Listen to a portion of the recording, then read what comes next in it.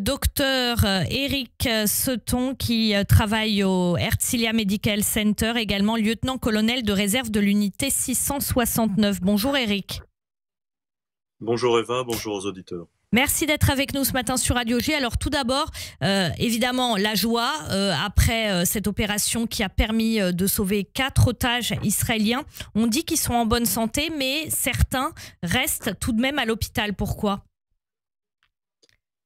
D'abord, lorsqu'on récupère les otages, il faut les mettre, il faut examiner leurs conditions, savoir s'ils ont des maladies ou des blessures qui nécessitent un traitement immédiat.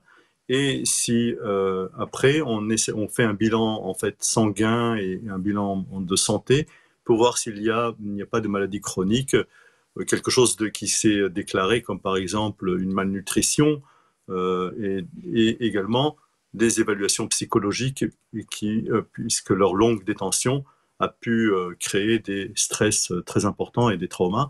Et donc tout ça, c'est évalué pendant les premiers jours le plus rapidement possible.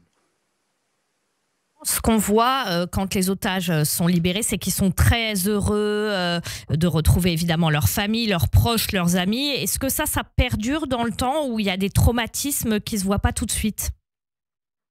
Il y a des traumatismes qui ne se voient pas et qui peuvent être révélés, et c'est très dépendant de chaque personnalité, qui peuvent être révélés donc dans les jours qui viennent ou dans les semaines et même dans les mois et même les années qui viennent.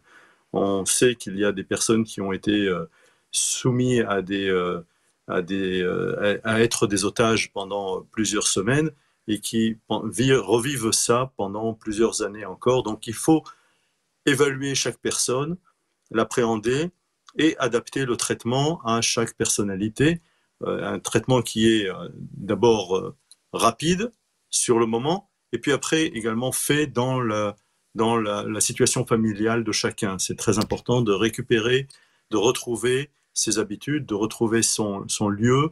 Et pour ceux qui ont été déplacés, c'était un traumatisme encore plus grand lorsqu'ils ne peuvent pas rentrer dans leur maison.